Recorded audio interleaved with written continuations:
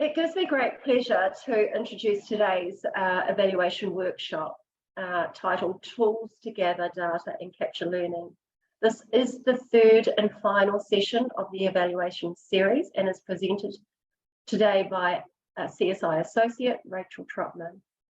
Rachael is a social researcher and evaluator who has a passion for supporting people to understand and communicate the difference they are making. She learned how to evaluate by doing it and has been learning for the last 20 years. Making evaluation lean and meaningful is Rachael's aim. Tēnā koe, Rachael. Kia ora karinia and ngā mihi for your karakia this morning. Kia ora koutou, everyone. Lovely to see you all, and it's really nice to see some people who keep coming back to these sessions as well. So we've got, I've got some slides that I will dive into shortly. In fact, I will start that now. So this session today is very practical. So we're looking at a range of tools to gather and capture learning, and this is kind of the territory that we're going to cover.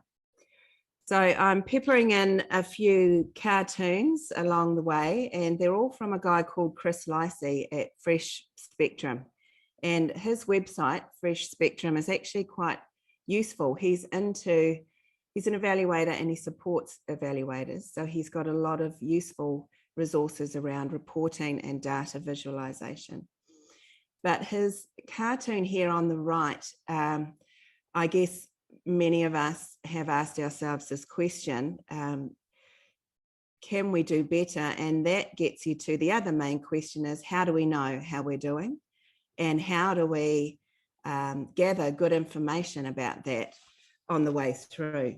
And that's the territory that we're going to be looking into today. I'm going to start by talking a bit about what we mean by impact, our levels of influence and control, our spheres of influence. And then we're going to use today a classic kind of monitoring, evaluation and learning framework as a way to look at what are the kinds of things you need to know. Many of you will be using that or have seen that. So within that framework, we're going to look at useful tools in all of those spaces, the what, the so what, and the now what. And then there's some further resources for you at the end. So that's what we're covering. Before we get into it, I would really love to know, in terms of the gathering good information about what you're doing, what is it that you're needing, that you're most needing help with? And I've just put a little Mentimeter link in the chat. It would be really good to see what, and it's also good for you to reflect on in this space, what am I actually needing? What's going to be most useful for me? And we'll just have a little look at that as a group, and we will try and pick up on at least some of those things on the way through. And I will also share my Menti screen here, and we'll see what's coming up.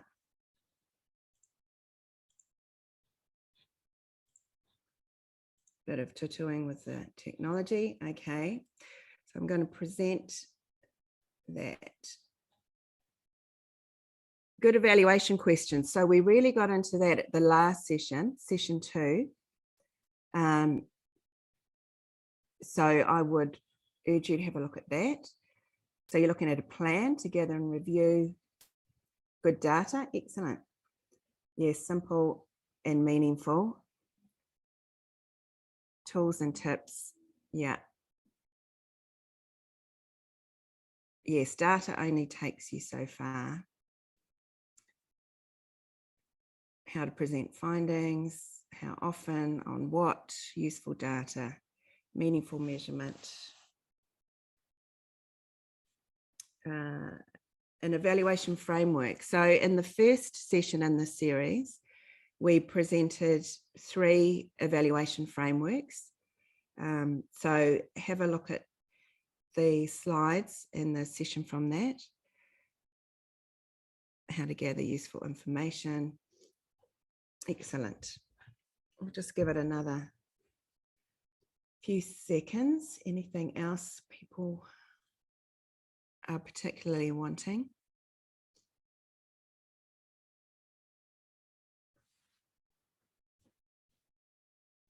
This is good because we're all in the right zone.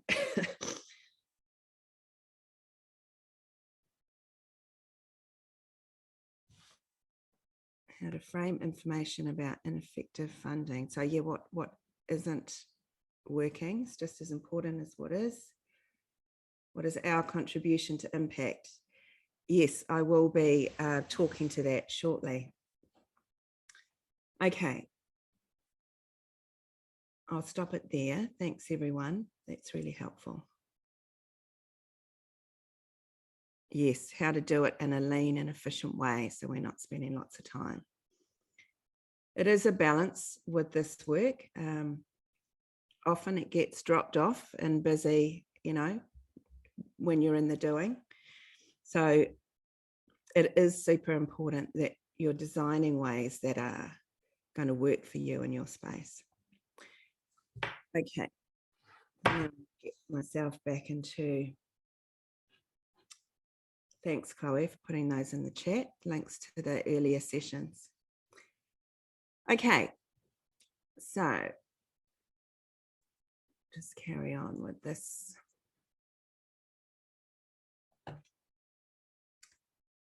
Here's Chris again. So this is the issue of how can you say that what you're doing is effective unless you have some evidence to support that? And not just any evidence, but a few kinds of evidence, multiple sources, ideally that, you know, together create a robust picture of what's going on.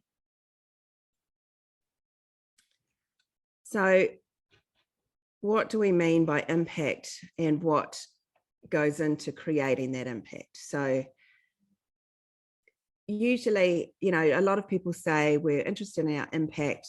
In the evaluation world, impact is kind of top of the tree. It's the population level, deeper societal changes that you're all working for. But of course, there's a massive amount that goes into those community level changes. So you've got the things that you're doing, what you're putting into it, your values, your tikanga, your strategy, your people, the things that you're doing, your activities, what's coming out of those activities through the work that you're doing with people or places, environments. And it's this level of outputs, which is where we typically tend to focus our reporting, especially to funders. You know, we did these many workshops, we did these many, you know, things. It's harder to get to this stuff on the right-hand side. What is changing for those involved? What's been learned? What's happening to awareness, to attitudes, to relationships, to behavior? And then how is all of that manifesting in impact in terms of the community level policy, population, system change?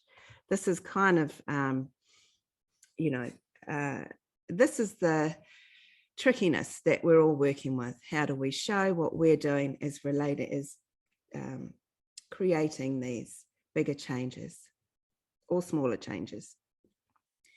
And that question about influence and control, attribution and contribution, I've always found this quite helpful, and it's Jess Dart from Clear Horizons, I think, developed this. So with the circle diagram here, the circle in the middle, or the first 3 actually, are things that you have more control over. So you have the most control over what you're doing and how you're doing it, your activities and what those are creating. So that's your greatest sphere of influence. And I think more and more attention is being put on the ways of being in organizations and how people are being looked after. You know, the well-being of your team is vital. Nourished people do good work. Stressed out people, it's harder to be effective. So there's more and more attention, including in an evaluative sense, on how are we being and how is that creating impact. Funders in particular are also looking at the way that they're operating and how that's supporting people to have impact or getting in the way. So as you move down into the outcomes and impact space, your direct level of control and influence decreases. There's so many more factors at play. So as you head into these outcomes and impact space, you talk about your contribution rather than you generally directly creating an outcome. So a good outcome for someone, you know, sometimes you may be directly influencing that, but often there's a lot of other forces at play. So as you're heading into talking about outcomes and impact, you're saying that we contributed in these ways.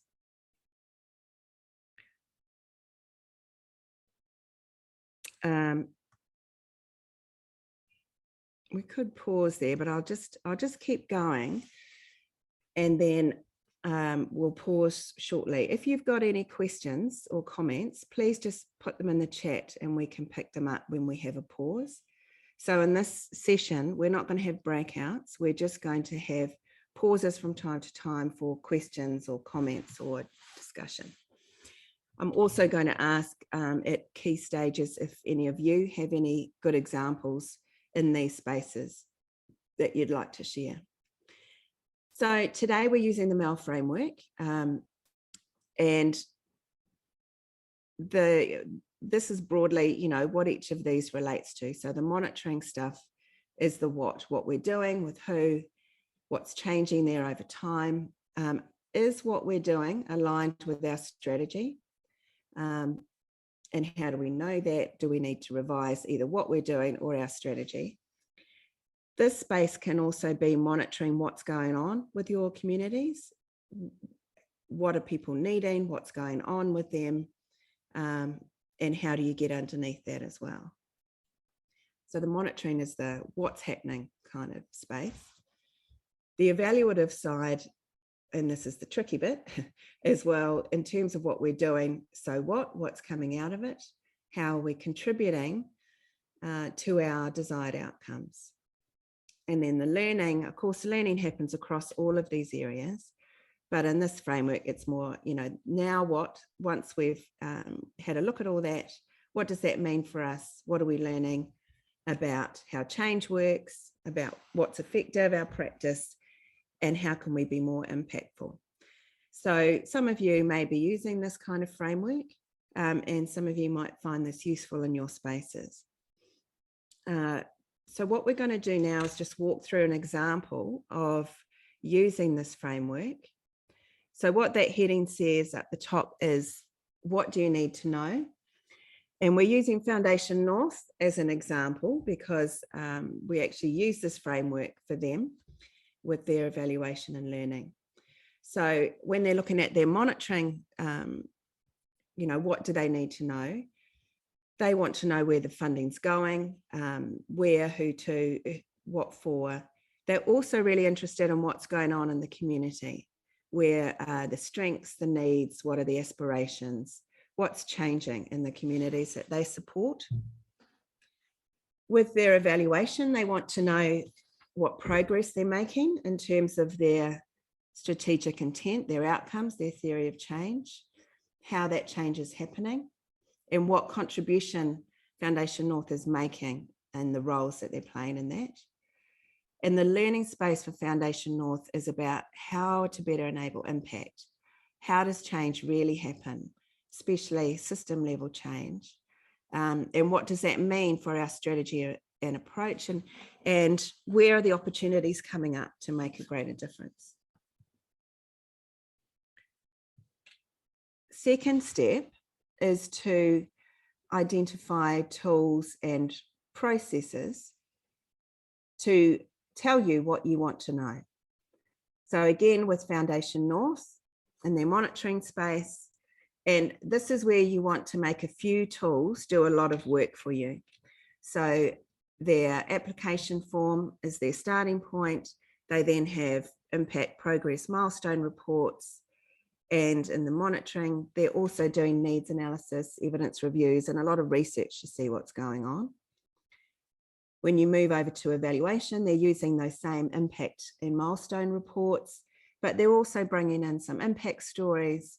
Sometimes they do external evaluation, and they have roundtable reporting. There's also lots of informal stuff, talking with people, anecdotal evidence from the staff. And that comes through in this learning space here for Foundation North. So they have internal learning reflections with the staff. They survey people who apply to Foundation North every 2 years. They have check-ins and hui with grantees, roundtables, and every 6 months, the staff get together for a deep dive into learning, what they're learning and what that means for strategy.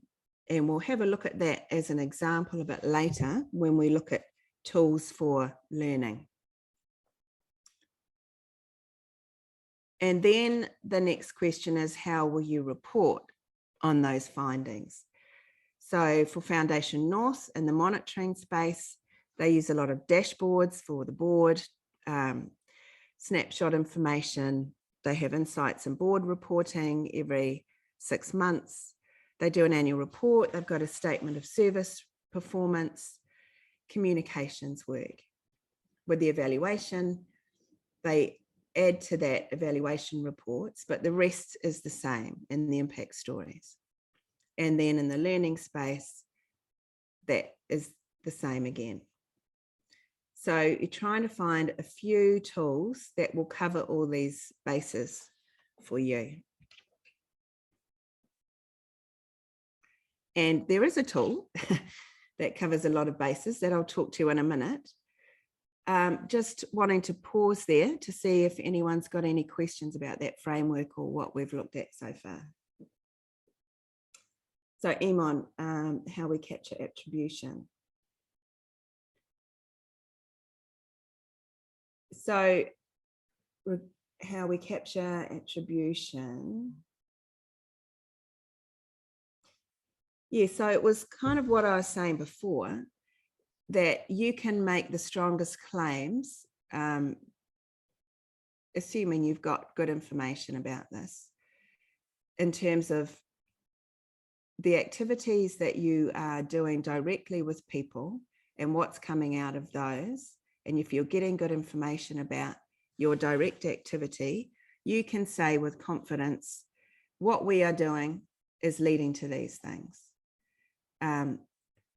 When you get more into the realm of system level change or community level change, you're on shakier ground to make direct claims by saying what we're doing is directly creating this outcome, because there's many other factors at play. So when you're reporting, you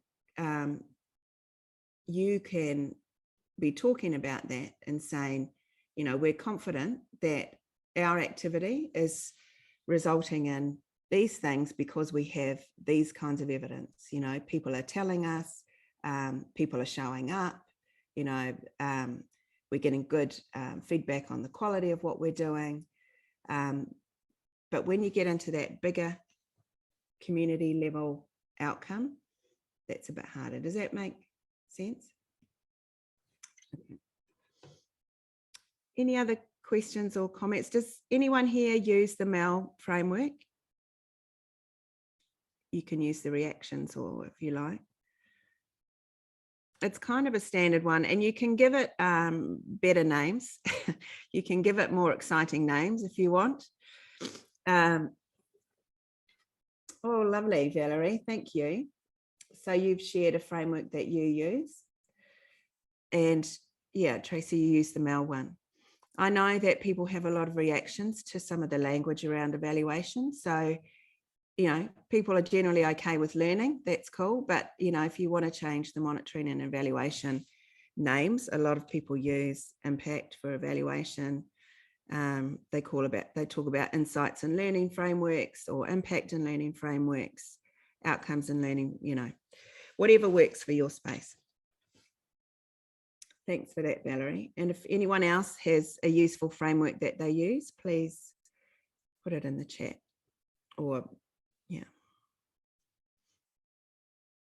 Okay, so we'll go back to this.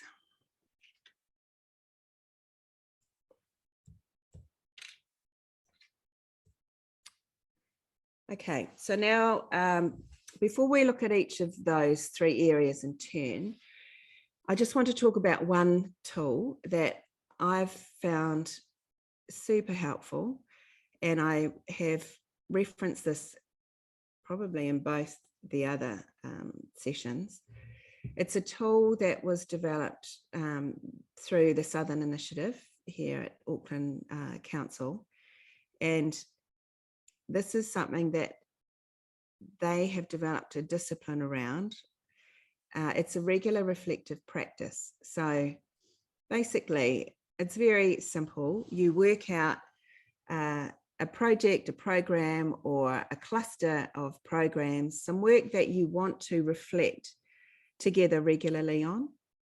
So you make a commitment to doing that regularly. So depending on the intensity of the work, it might be weekly, it might be fortnightly. Monthly would be sort of at the outside, as often as works for people. Then you get together the right people to do that, and you make sure you document your reflection well in one place. Google Drive's good, Excel. But the key thing is that you're asking yourselves consistent questions about that work. And here are the questions that the Southern Initiative uses. And you'll see that it's hitting all of the MEL stuff. So they're asking, what have we been doing, with who? And the trick here is to be as specific as you can, because even in the output type reporting, most people struggle to say with much clarity exactly who they're working with, and having good systems around that is really helpful. So you'll get all these slides and these questions, but I really encourage you to give this a go, and you can adapt these questions as you like, but cover what have we been doing, what are we seeing, hearing, feeling. So that gets you out of just your mind into different senses in terms of what's going on, what's going well, what's good, what's tricky. And then you get into changes or outcomes that you're seeing and how you know that. So include the evidence for that. Oh, it's because this story happened, or someone said this, or so evidence those changes. Similarly, with any system level changes, if you're working with systems, you can use the 6 conditions of systems change lens for that. And there's a link to that on this slide. What are we learning and also sensing, because it's good to get to the level of intuition and feeling around the learning. And then what does all that mean for us going forward? And this kind of process shapes the work as it goes, as well as providing you with all this rich material. So if you do this well, this can really save you when it comes time to reporting, and really encourage you to have a go. And further down on the slide, there's a link to a webinar on the Southern Initiative's Niho Taniwha framework, which is its evaluation and learning framework. Okay, so monitoring. Here's one of Chris's cartoons. So when you think of monitoring in your space, I'd love you to put in the chat what you think about. So it's more and more common for people to think about software packages or data visualization, dashboards, all these kinds of things. And then it can all get too hard and you just go, well, either we'll just, do that later, or we'll stick with Excel, or we'll just stick with our average system. What comes to mind for you and when you think of monitoring? What do you think about? Is it just numbers? Is it the activities? Oh, thanks, Rob. That's yes, that's a New Zealand Aotearoa website, and that's in our further resources as well.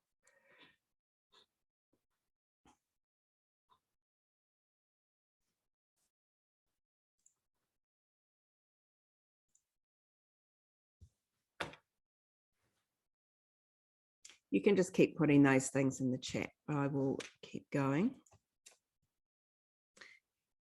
So in the monitoring space, here's some things to think about. And what I'll be doing is just for monitoring, evaluation and learning, I'll just talk about some things to think about and then share some ways to go about it. So what is it that you need to monitor in your space? You don't want to capture everything. And another trap people fall into, you might have yourself, is you start thinking about, well, what do we need to monitor? And you end up with a super long list. You go, well, oh, that's actually not that feasible. Excuse me. So just talk together about what are those really key things we need to know in terms of our core monitoring about our activity, what we're doing and what's going on in our communities. And, you know, put your energy into some good processes to give you good information on those things. That needs to be a shared responsibility, unless you've got a real lucky enough to have a real whiz in your organization. Often you have someone who likes detail, who's interested in this kind of space and is also okay with chasing up this kind of data. Also recommend that you get advice from someone. If you don't have that strong expertise in your organization, invest in getting a great data specialist, getting someone who's really good with monitoring systems to come and talk with you about what you need once you're clear on what you need, and help you to design a simple system that you can use. Another sort of good idea is to build in regular reporting of this kind of monitoring data so that you do it regularly as a practice. So whether it's monthly to your board or quarterly to your board, you wrap it into your funding reporting, whatever it is, find ways to embed it. So core monitoring needs that people tend to have is information about what they're doing. So it's the what we're doing, what we're up to, the kinds of activities we're doing, with whom, and getting better information on features of the people that you're working with, their ages, genders, ethnicities, who are you working with? What's the scale of that work? How many people, how often, how far do you reach location-wise? And what are the patterns of that over time? So if you think about your core monitoring needs, this is a key question for you and your team to get really clear on, and, you know, have a session on this. So there's lots of different monitoring tools out there. So some of these are, you know, just getting information as part of your registration for programs or services, processes to gain information from people when they attend events or sign into things. There's a lot of databases out there, and this is an area that's really mushroomed lately. So here's some examples here. Social service providers often use, you know, customer relationship management systems like Record-Base, and different ones allow you to do different things. So this is another area of expertise. If it isn't yours, then I would suggest getting some specialist advice if your organisation's at a scale and there's really the need for that. There's simple things like door counters, if you've got people coming in, just think laterally about that. Okay, so I'm just going to pause there for a minute and we'll just see what's in the chat, and also if you've got any other questions about the monitoring space. Yes, dashboards can be a pain if your systems don't automatically produce them. So you want to make sure that whatever you're developing allows you to sort of spit out your dashboard information, and you've got an ability to visualize that. Yes, so that's a really good word of caution around dashboards. The monitoring and the visualization are really interrelated. I mean, all of this is really interrelated with visualizing and reporting back. Yes, the crazy dash to gather up information that sometimes you haven't collected to report to people. Like we've all been there. Yes. Ideally, we might have baselines and follow-ups. Right. In a lot of services, you have a process where you're making some kind of assessment of where people are at and what they're needing.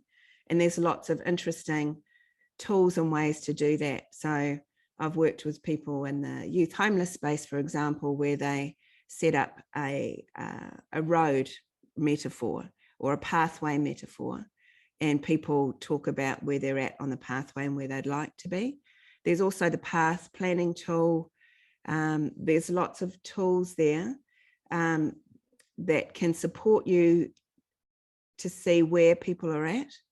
In our last session with Kate McKeag, she shared a spidergram method where people rate where they are on a 10-point scale or whatever it is: housing, mental health, friendships, So a spidergram could actually be a good way, Valerie, for you to, see where a young person's at, and then later on what's shifting or what's not. Patricia, weekly meetings. Nice. So that's a nice, stream version of a regular reflection. What's happening? How would you like to be different? Actions, options. Excellent. Yes. A dashboard is it's a visual way of presenting information. Instead of a whole bunch of text or numbers, you're using things like bar charts or, pie charts or images to present, information. We could probably put in I have lots of examples of dashboards, and Foundation North uses dashboards a lot. So in the resources, we can put some examples of dashboards if that would be helpful. Keeping it simple is good. Less is more. Okay. Right. Okay. If there's anything else there around monitoring? Does anyone use any fabulous monitoring, either software, system, or process that they want to share?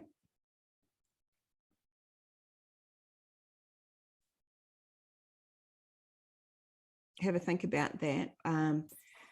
We work in the field of treatment for victims of sexual violence, and so this lovely debate, and I apologise for being late to your session, we had a little work situation that needed solving, but with the attribution contribution, and people get better, and we can give anecdotes and reasons why, and they reflect and they give their evaluations. We do all that sort of process, but you know, in the end, you don't really know whether it's the therapy that you provide or the fact they've got a new boyfriend. You know, you can't make those kind of judgments. You can kind of guess at it. So I always find that scale between contribution, attribution very difficult. And I guess we're a bit of a humble culture. We tend to not say it's all to do with us as to why things happened. Although I see lots of people who say this all happened because of this little thing that we did and we changed a person's life.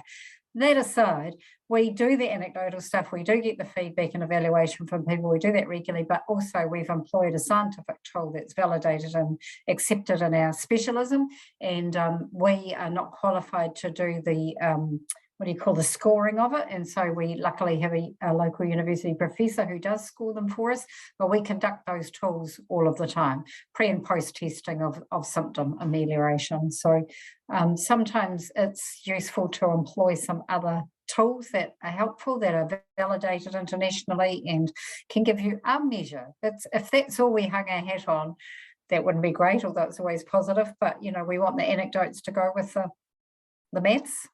Yes. Thank you so much, Maggie. That's really helpful. And it also says to me the importance of describing the context of your work. Yeah. Whenever you're reporting back to people, and especially in a funding context, these are the kinds of complexities that we're dealing with.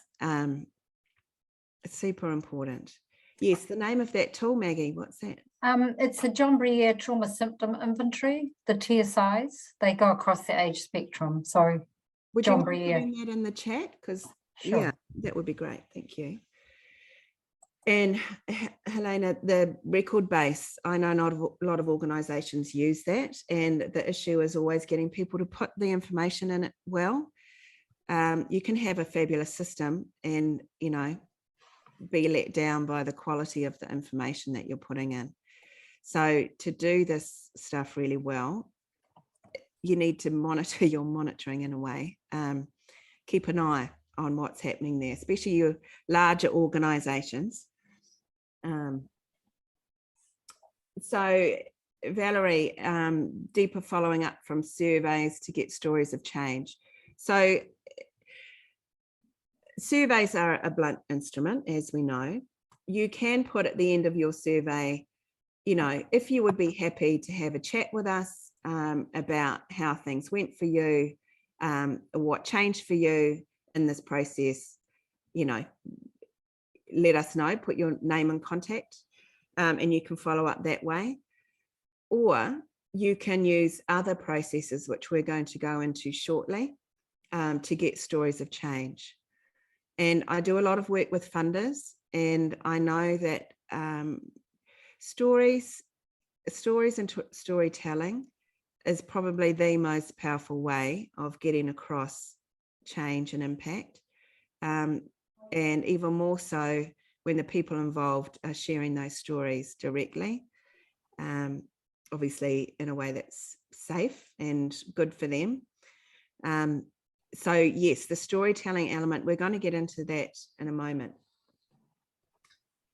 How to get stories of change and impact. So just reading Kate's question. Okay. So funders are still asking for RBA, results-based accountability. Okay. Then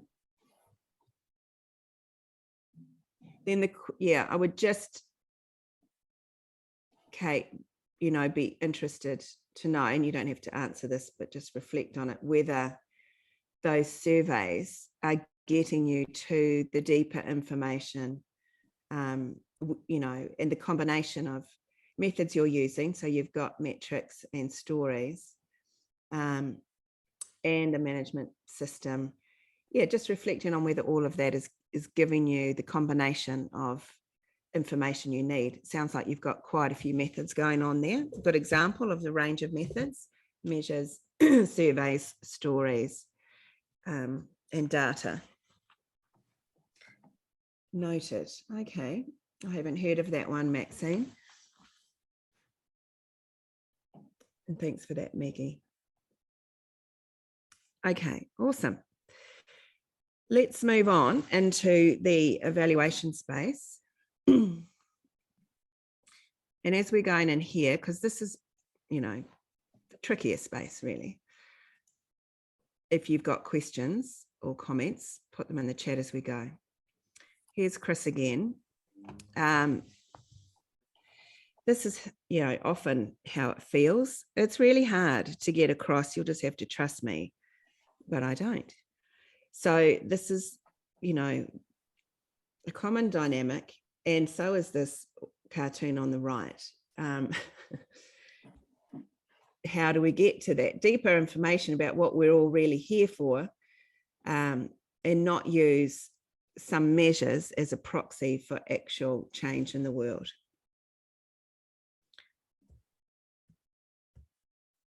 Okay, I'm just trying to get, okay.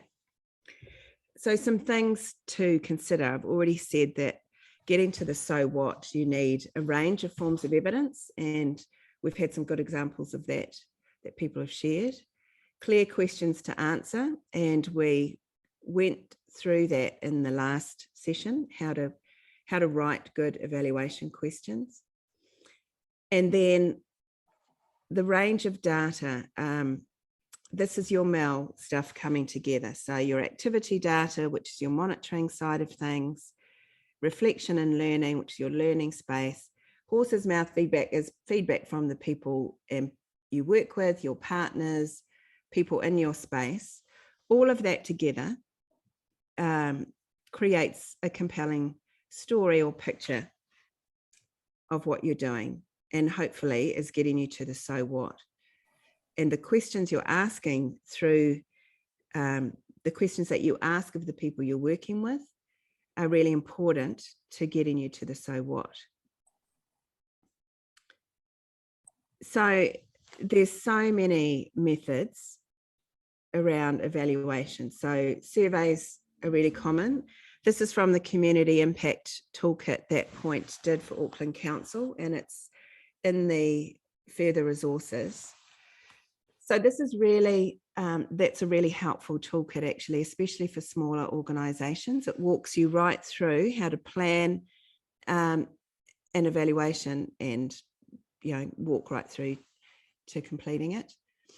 So we've got in here a range of methods that speak to the MEL altogether. So activity data is your monitoring side of things. But a lot of these other things, people tend to rely on either measures or surveys or interviews, sometimes storytelling, sometimes focus groups. Less common are kind of on the spot, sort of little sound bites or stories from people when you're in the work. So whether you're in a workshop or an event, how was that for you? Did you learn something there? Will you change anything? Observation is also another one that isn't often used, but that can come up when in your reflective process. So what did you see, hear and feel? Film and video is getting more and more common, sometimes as part of programs, and particularly with younger people or people more savvy with technology. It's getting more common for people to say, well, just, film yourself or film each other with, 2 or 3 things that you learned, or 2 or 3, changes or insights that raise for you. Using photos, asking people to take a picture of their experience of something. There's the photo voice method, which is really quite in depth, that Kate talked about. Oh, no, that was another session that we did with Inspiring Communities recently, which we could also make available to this group. That was about evaluating community-led change, and lots of tools and processes there. So we'll make that part of the further resources. Journaling and blogging is a really good way, as long as you can somehow capture insights from that as you go, or have a debrief on, you know, the key themes that came up for people in their journaling process. Blogging's easier because it's online, or it's, you know, readily accessible. So these are just a kind of potpourri of different tools. So I'm going to pause there, and it'd be good to have a kind of discussion around either things that you found helpful in your evaluation and getting to so what, or any questions you've got, or anything more you want to discuss about the tools that have been raised here, or any others you'd like to ask about.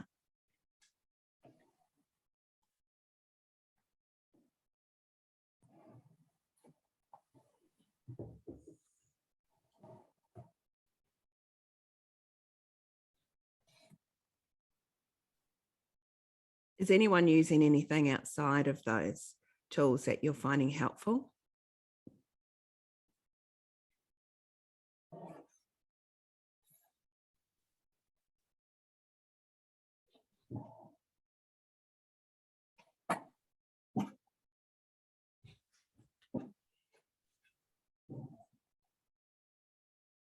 No?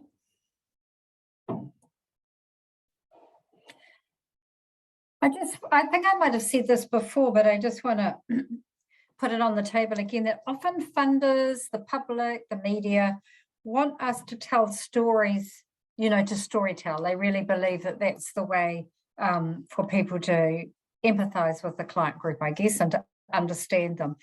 And there's not always an understanding, which we have to do a lot of education about what that costs to people who are victims of harm and crime, and the expose that comes with that. And so sometimes it's difficult to find the kind of, I know if I told a grunty story about a poor little sexually abused child, I've got a really different engagement going on with the public than I have if I, you know, do it in a different way. And we will never, bottom line, expose people or, you know, encourage their privacy to be broken or any of those kind of things. We're always going to protect that. But I've been told point blank by people in media and by journalists that the only way you're ever going to, you know, get anywhere is to tell your stories. And so I guess it's just trying to navigate that world about what does a telling a story actually look like. Everyone feasts on the misery and then they go about their life, and the victim is left with that being re-traumatized and re-exposed. So I don't know, you know, what I'm saying here is just that it's complicated. Yes, Maggie, and I've come across this a lot in, you know, say the refugee and migrant space. Sharing your story can definitely be re-traumatizing, and it can feel like a kind of a vulture-ish thing to do. What can be helpful there are using things like personas. So, you know, basically developing stories through real world examples of the people that you live with, but anonymized and changed, and really a composite of themes of the kinds of things that are going on. So we can send examples of organizations who've done that well, use of personas in storytelling. Also, walkthroughs are another way to tell a story. They take a lot of time and effort. And I know, for example, the Southern Initiative, quite often with government departments, will set up a walkthrough of what they've been doing, what's been coming out of it, what the learning has been. And it's a powerful way to kind of literally walk people through your work. But it does. I just want to address the persona thing, and we've done the composite story, and then people are going, well, it's unbelievable because it's not even a true person. So there's that. So people park those up. But the persona thing, I literally sat in an audience in Auckland where they were describing a situation, and I'm like, I know that person. Like, even with the anonymized story. New Zealand's a very small place. It is. So I kind of think that we quite often think that we're managing to keep things private, and people hear themselves, they know it's them. So it's difficult. I just think we've got to kind of think outside that box, and the push to be talking about stuff that's harmful to people. We mustn't harm people in the process of telling a story. Which is, well, in that situation, the learning space and the insights, moving attention across to, insights, especially insights about how to change things. Yeah. Could be more, and actually being upfront with funders and others and saying, look, we're not going to bring people to you. We're not going to do the story thing. We're going to focus on what we're learning about what actually creates deeper change in our space. Yeah. Sure is a small place. Yes, meeting face to face. It is generally much more life-giving to talk to people and get feedback that way than handing them a form or a survey we've all found that. And actually you can kind of weave it into a lot of your processes when you're working with people. It's just the art there is just to capture what people are saying, because often you have team meetings where you're sharing what you're learning but no one's actually writing it down, or you're working with people and they're saying incredible things, real gold important things, but no one's writing it down. That's where it's good to get a little bit more intentional about, okay, we're really going to focus on capturing what people are saying to us. Thanks, Maxine. That's fantastic. And that is an amazing piece of work. The city mission, yeah. Okay. So now we're going to move on to our last piece on learning, and then I'm going to do a bit of a summary.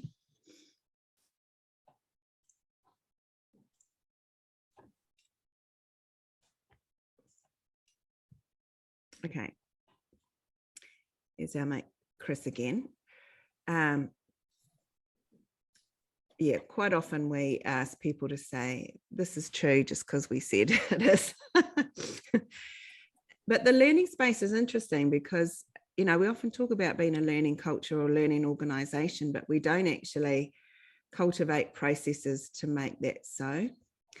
As I said before, we're often so busy doing, we don't make enough time for this work. We don't pause enough in our busyness.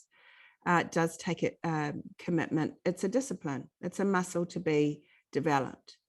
The learning space, it needs to be done well or facilitated well. Otherwise, if people feel, oh, this isn't a good use of time, and the energy drops off. There's usually, almost always, someone in your team who is really good at holding a learning space or just holding space. And then you can put questions into that space. But if you do this, the reflective practice, other creative learning processes, you will quickly see the value, and it can really shift things in an organisation. Just taking that time once a week as part of your team meetings, what was shared before, those 4 questions, can really move things forward, accelerate things for you. So the tool I'm suggesting here is not just a team meeting, but having every quarter or whatever works for you, have a session that's focused on, so what's changing through our work and what are we learning? And you can invite whoever makes sense to it. So it's not just you. So there's a bit of a reality check here. You're not just reflecting with yourselves. But these are not just a top of mind, what's on top for us, what's in our head kind of session. They need a bit of planning, a good agenda. They need to focus on the things that you most want to look at. And ideally, come ask people to evidence what they're saying in terms of how do they know these things? How do they how has this insight come to them? What have they seen, heard and felt there? You know, what's the evidence behind those things? And capture all that really well. These can be incredibly enriching, and you know, most of you will be no doubt doing this already, but just every now and then making more time. And you could, you know, go out of your space, go somewhere else, even go outside, you know, just kind of move things around a bit, build in some team building stuff, you know, good food, make it something that people look forward to, and it's a really safe, enriching, reflective space for people. So here's an example from Foundation North. Every 6 months, they take half a day with their 40 odd staff and they dive into some questions. So these were the ones they used in March. So thinking about our priority communities, what are we seeing, hearing, feeling, noticing? So that's getting you into those other senses. What's going well, what's got energy, what connections are we noticing, what are we being inspired by? So that's the sort of more outward looking focus. And then turning inward on the basis of that, how might we grow what's going well, whakamana, and accelerate the good things happening, enable tino rangatiratanga, community-led mahi, and how can we lean into system level type change, and what could we lean into more in general. So that's just an example, and you'll notice there that, you know, we're looking for what's got energy, inspiration, and how to enable. So I'll just pause there. That's the learning suggestion. Anyone got other good examples of learning processes that you use?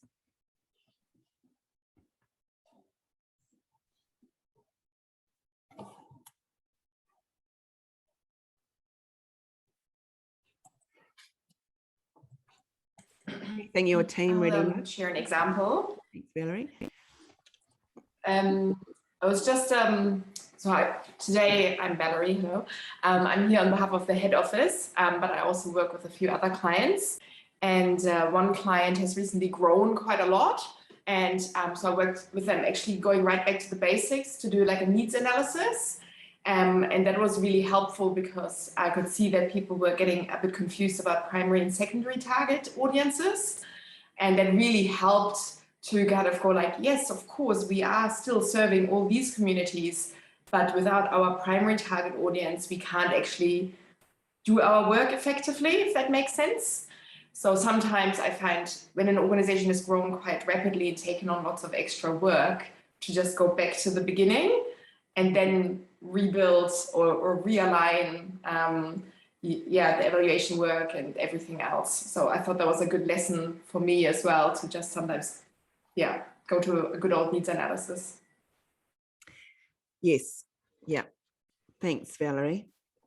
And just your question here, good questions to ask yourself while doing an observation. What am I seeing, hearing, feeling, sensing is quite good. Particularly the sensing, you know, what's the vibe here, you know, what am I intuiting, what's going on under the surface. Those four can be quite good. Yeah. Weekly staff, you're right. So you've got to practice there, Maggie. It's good just to diary these in, you know, and set up that expectation that we're going to do this regularly. Okay. Any other questions, comments, examples around learning? Kia ora tātou, Amon Nathan here. I work for Reconnecting North, and one of the things we tried probably 2-3 years ago now was similar to the reflective process on a probably on a monthly basis, however, but we had a calendar set up and aligned to the maramataka, so it had all the different moon phases. And what we asked staff to do on a regular basis is whenever they had a reflection or an observation or something that sort of came up in the course of their mahi, to capture it in the maramataka on the moon, on the particular moon, because what we were trying to sort of ascertain is not just what are the lessons and experiences that we're having and observations that we're finding, which we could discuss later at our monthly hui, but also is there any sort of impact on the actual phases of the moon on some of the things that we're experiencing as well, so that we could sort of, you know, work more in line with, you know, whether we run hui on these days or whether we do our wānanga or workshops on these days or not, so on and so forth. It worked well because we'd also sort of then think about sort of if there were particular actions that required remedy or whatever. But it became a sort of like you say, setting the dedicated, being disciplined and sort of doing it, and it sort of fell off. But this, in terms of our regular practice, so yeah, that's something that we've done, but we don't so much do it anymore. Thanks, Simon. I hear that more and more, and in my own practice, I would like to be taking more notice of the maramataka, and especially, you know, in terms of when we schedule events and sessions, you know, it really, yeah, it's really noticeable a lot, you know, how energy's moving. Awesome. Okay. All right. Well, I will move into a bit of a summary which tries to draw this all together.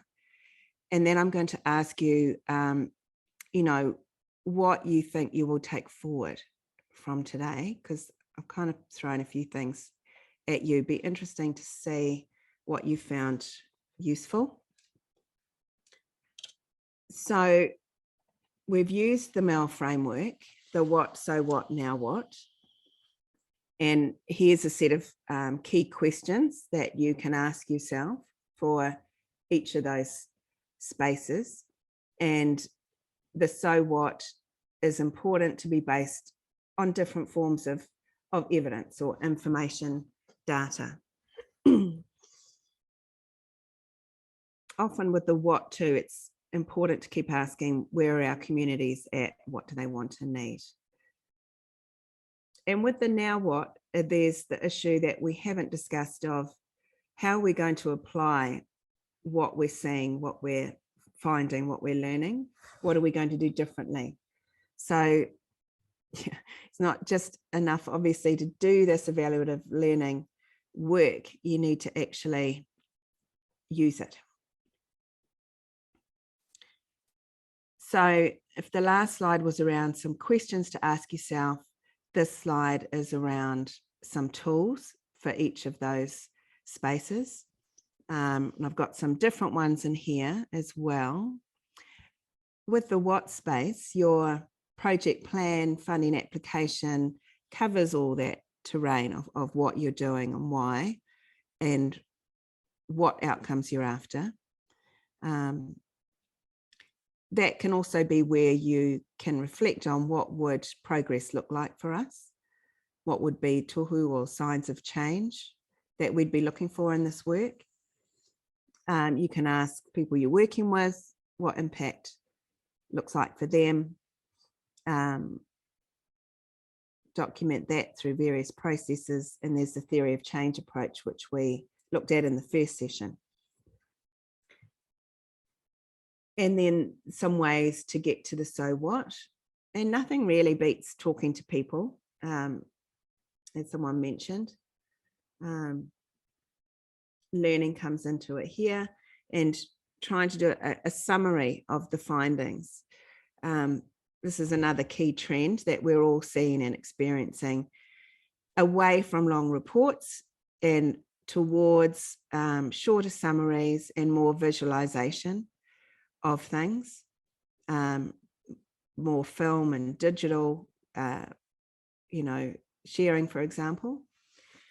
And then the now what, being clear on who needs to see your findings and how, and a process to do that, and also getting to accountability for actually making change as a result. Who can act on this, and how can we follow that up? One thing we haven't talked about is this issue of doing follow-ups later with people. So after the event, to see if changes have been sustained. So that really comes down to resource and obviously the type of work you're doing.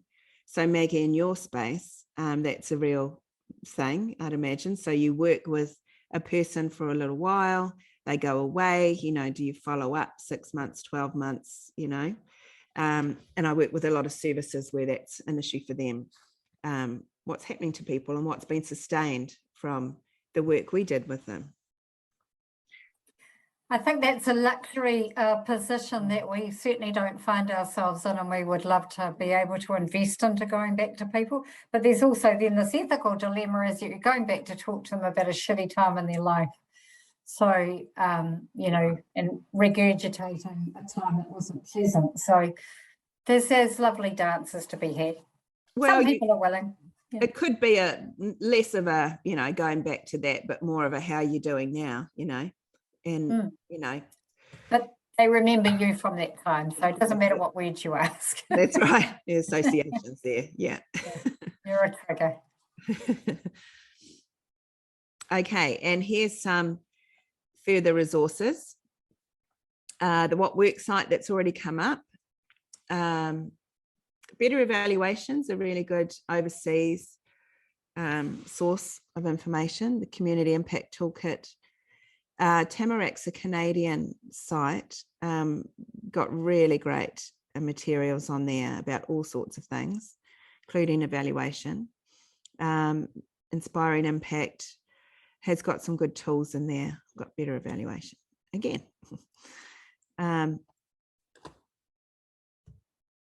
Okay, so I'm going to come back to the Menti again, but before I do that, I have to move to this next screen. Just a moment, bear with me. I've got another question I'd like to ask. So the question is, what have you found most useful from today, and what will you apply? So if you click on there, hopefully that will take you to that question. Can someone tell me if you do go to that question or if you go to the one you went to before?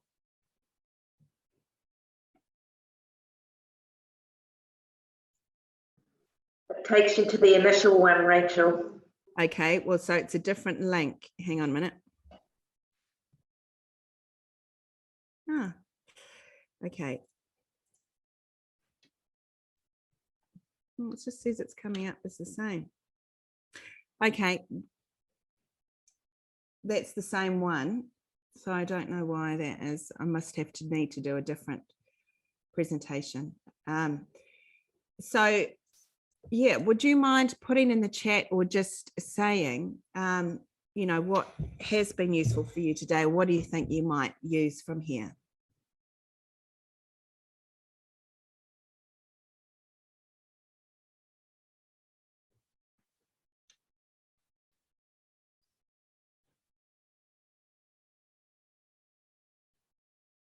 Thanks, Chloe. I guess for me, it's just a reminder of the importance of reflection that sort of come up, and you said it was a useful tool, irrespective of whether we've done it in the past. It was a reminder that it's important, and the discipline required, leadership required to make sure that it is standard practice, but also I suppose just the line of sight required. So it's not just something that you do, that it actually is contributing to the monitoring, the evaluation, the learning, and the continuous improvement of our practice, which probably wasn't all that clear earlier on. It was more just hey, let's reflect so that we can continue to, you know, be aware of what's going on, rather than sort of ensuring that it's contributing to evidence collation, reporting, refinements, da da da da. Do you think you'll go back to using the maramataka again? We're probably in a good space to do that, because we are moving into a new phase. We've got some sort of new staff who weren't around at that time. We've got it all set up. I mean, it's just a sort of collaborated, what do you call it? A calibrated Excel sheet. It's got all, you just basically punch in the date of the new moon or the full moon, whichever, and then it just recalibrates for that month. Cool. And you can go back over any phase or month or what have you. So we've got it all there. I think probably what we'll do is maybe refine it to include some of the question or example questions to provide that specific focus, perhaps. Yes, a few other people have said that. Just you're actually, you know, you're already running processes that you could just tweak a little bit to be more deliberate about getting good information gathering as part of those. And also, yes, just actually doing this work, it often drops off, and it is so important. So diary things in, share responsibility for it, play to the strengths of your team. If you talk about the Mel space, you could ask people in your team, who's drawn to which bits of this, you know, circle? Who's interested in, you know, holding some of this? Yeah.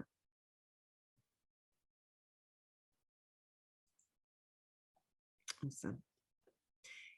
Okay. Any last questions before I pass back to Karanea to close?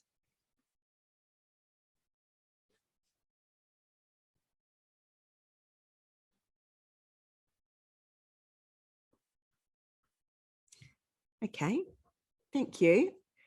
Thank you all for making the time. I really appreciate you, you know, making space in your busy work lives. So feel free to pass these sessions to others and the information, and we'll use the feedback that you've given throughout the 3 sessions to design some other things that maybe dive into a few things a bit more, or we'll just reflect on what people have found helpful and what they've wanted, and we will pick up on those. Kia ora koutou. Over to you, Karanea. Kia ora, Rachel. Beautiful session.